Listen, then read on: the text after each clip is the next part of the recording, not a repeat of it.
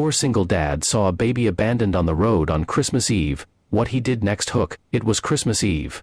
The temperature had dropped to near freezing, and snow was beginning to dust the empty back roads of rural Tennessee. Marcus Webb was driving home in his beat-up Ford pickup, barely enough gas in the tank to make it back, barely enough money in his wallet to buy his 7-year-old daughter a Christmas gift in the morning. He was tired, he was struggling.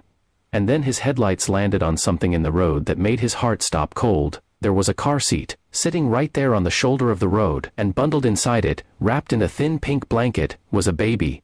Subscribe invite before we go any further. If stories like this move your heart, please subscribe to Heartfelt Moments, hit that like button, and drop a comment below, telling us about a time someone's kindness changed your life. Your stories matter, and this community is built on them.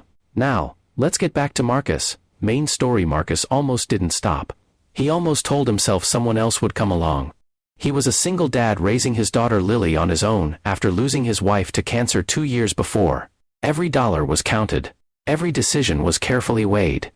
He had nothing extra to give, not money, not time, not energy. And yet, something deep inside him wouldn't let his foot stay on that gas pedal. He pulled over, he stepped out into the biting cold, his breath making little clouds in the night air. He walked slowly toward the car seat, half hoping he was wrong about what he was seeing. But he wasn't wrong. There she was, a baby girl, no more than a few weeks old, with tiny red cheeks and eyes squeezed shut against the cold. She wasn't crying, she was just lying there, still and quiet, as if she had already given up on being found. Marcus knelt down beside her. His hands were trembling, not from the cold, but from the weight of the moment. He looked up and down the empty road. There was nobody, no cars, no footprints. Just darkness and silence, and this tiny fragile life left alone on Christmas Eve. He picked her up. She was so small in his rough, calloused hands. He pressed her against his chest, and felt her stir slightly, turning her little face toward the warmth of his body. Something cracked open inside Marcus right then, something that had been closed off since he lost his wife. He whispered to her, "I've got you. You're okay. I've got you." He drove straight to the nearest hospital, 20 minutes away, with one hand on the wheel and one hand holding the baby girl pressed gently to his chest. He talked to her the whole way. He told her about Lily. He told her it was Christmas Eve and that she was going to be just fine. He told her she was not alone. When he walked through those emergency room doors, the nurses rushed over immediately. They wrapped the baby in warm blankets and began checking her vitals.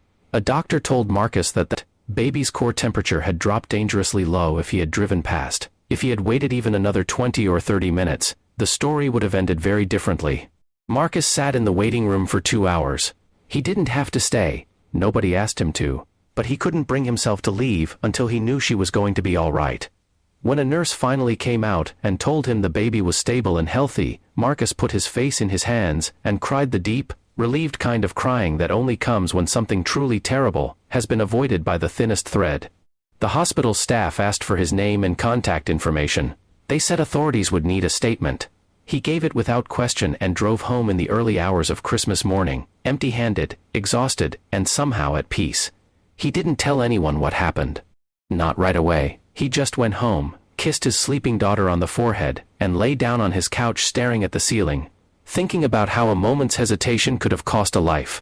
But word got out the way it always does in small towns. Within days, the local news picked up the story. People in the community started showing up at Marcus's door, not with cameras or fanfare, but with groceries, gift cards, a bag of wrapped Christmas presents for Lily. A local mechanic offered to fix his truck for free. A church group set up a small fund to help cover his bills for the next few months. Marcus was overwhelmed. He kept saying he hadn't done anything special, he'd just done what anyone would do. But that's the thing about kindness. The person giving it rarely understands how rare and powerful it truly is.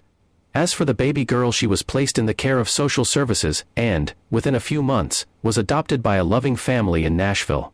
The mother had been found, and was getting the help she desperately needed. A quiet tragedy had become, somehow, a story of second chances for everyone involved. Conclusion: Marcus Webb was a man with nothing to spare. No money, no extra time, no safety net of his own.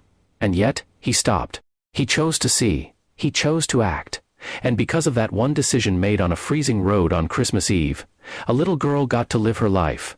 That's the truth about kindness. It doesn't require wealth or status or perfect circumstances. It only requires a willing heart and the courage to pull over when everything in you says to keep driving. So today, wherever you are, look around. Someone near you might be sitting in a cold car seat on the side of the road, not literally, but in the way that matters. A neighbor who's struggling, a coworker who's barely holding on, a stranger who just needs someone to see them. Be the person who stops. Because one act of kindness, just one, can change everything.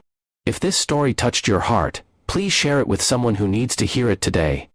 And don't forget to subscribe to Heartfelt Moments for more stories that remind us all what it means to be human.